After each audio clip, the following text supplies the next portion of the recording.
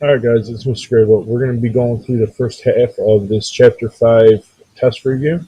And question 1 starts us off. List all the factors of the number.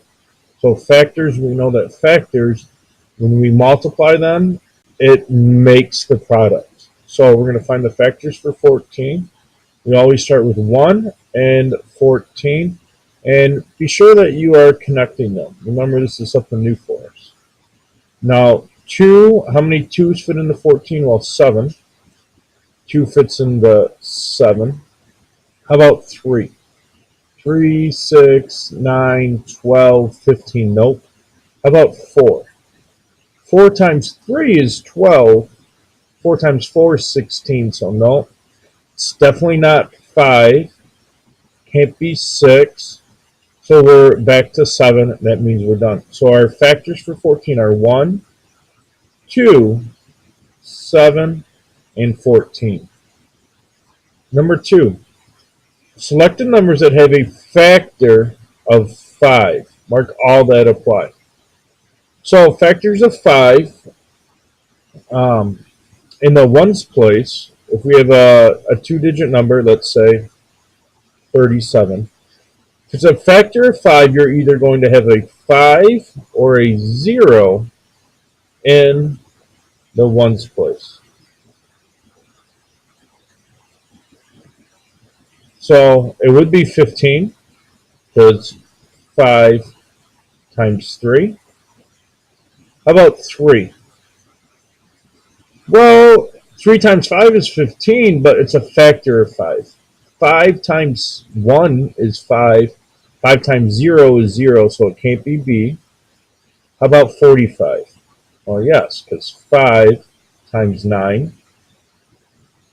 5, yeah, 5 times 1. 50, I got a 0 here in the ones place, so 5 times 10. Yep, yep. 31, no, that's not a 5 or a 0 in the ones place. No. That should help us. Let's take a look at number 3. These are always frustrating because one question has 5 questions inside of it. So let's take a look. Jackson was making a poster for his room. He arranged 50 trading cards in the shape of a rectangle on the poster. Okay. For 3A through E, choose yes or no to tell whether a possible arrangement of cards is shown. Well, he has 50 cards. All right. So let's see if this could make 50. 5 rows of 10. Well, yes, because 5 times 10 is 50. So, yes. 7 times 8 equals 56. No, he can't do that because he only has 50 cards. So, no. If somebody gave him 6 more cards, he could, but it doesn't tell us anything like that. 3C. 25 rows of 2. So, 25 times 2 equals 50 cards. Yes, you could do that. 3D. 50 rows of 1 card. So 50 rows, and in each row only gets 1 card. Yeah, he could do that. It wouldn't really look the way that I would want, but he could do it. And 45 rows of 5 cards. Well, 45 times 5 is not 50. Like, it's way more than 50. So it's no. Um, this last one can kind of be tricky because if you're doing 45 plus 5, that equals 50. So you really got to pay attention. Number 4, list all the factor pairs in the table. So we're going to list the factors for 48. All right, we've been practicing this way, so I guess I'll start off here. 1 and 48. That's true for every single number. So 1 times 48 equals 48. And my factor pair, the numbers that go together to make 48, would be 1 and 48. Now we do 2 because 48 is an even number. So how many 2's fit into 48? Or when we're thinking of 2's, we can always cut it in half. And half of 48 is 24. Make sure that you are showing me the factor pair off to the side also.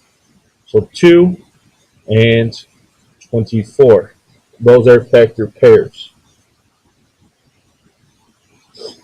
Let's try 3. Let me see. 48 divided by 3.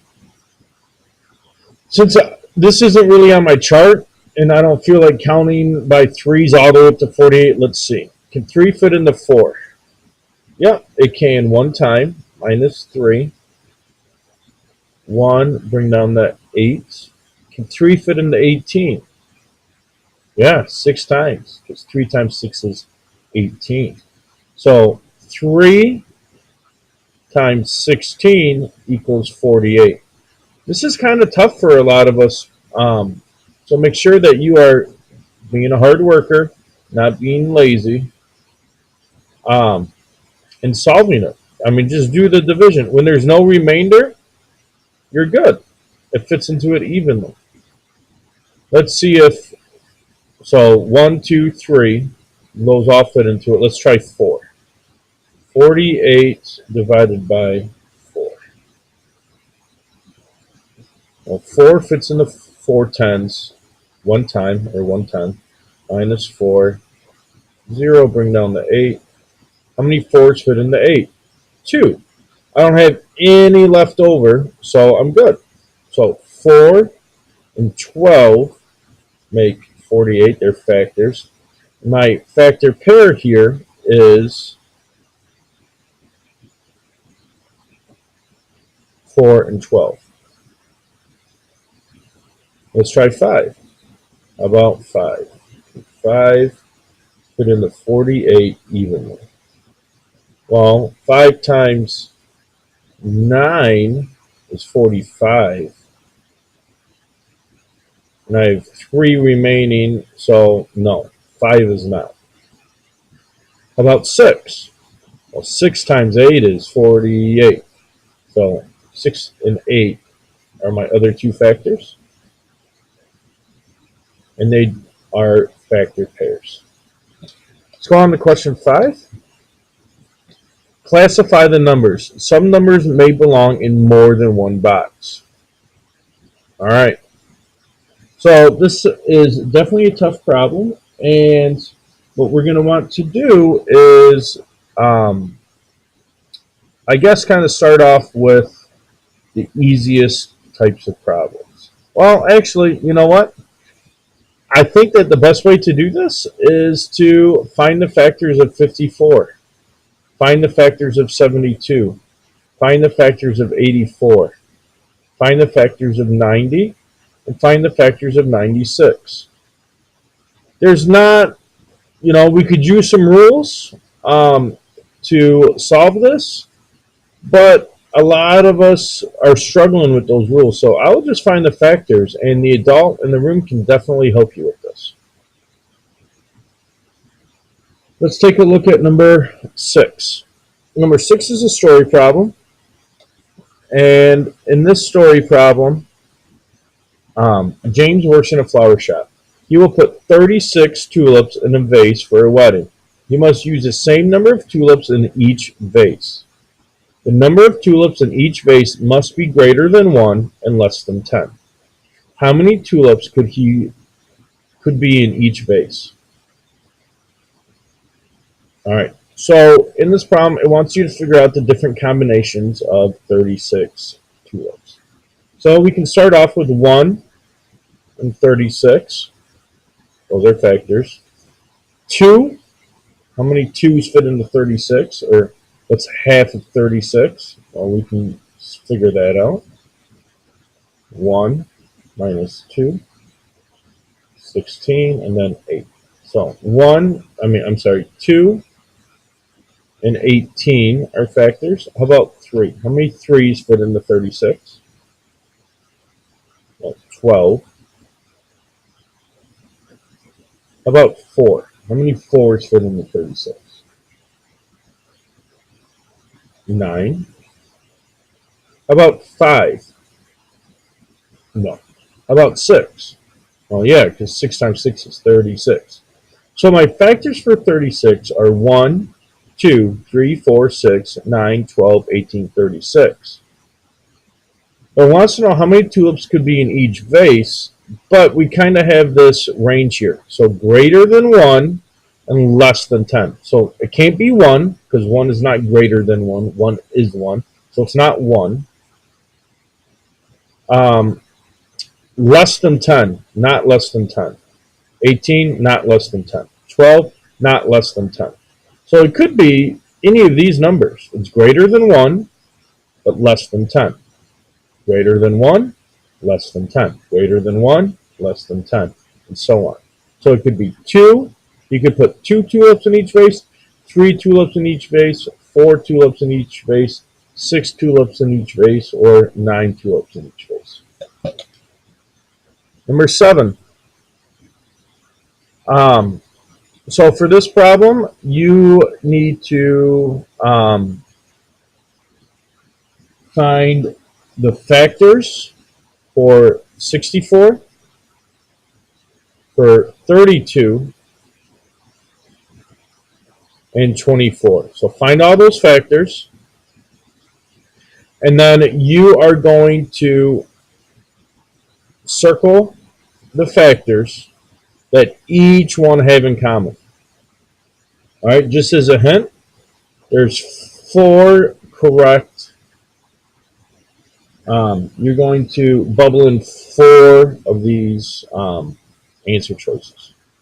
Okay, there's 4 of them. So this is kind of a tricky one, but find all the factors and then circle the factors that all 3 have in common.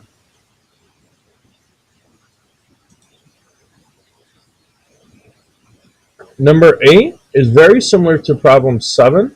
Make sure that the adult can walk you through this one as you guys are going. All right.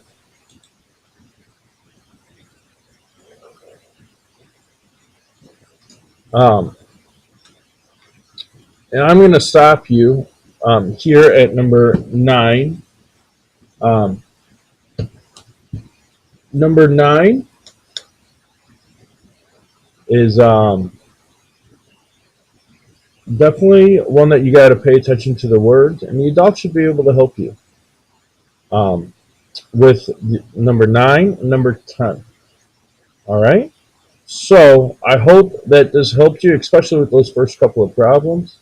Let me know or let the adult that's with you know if you have any questions.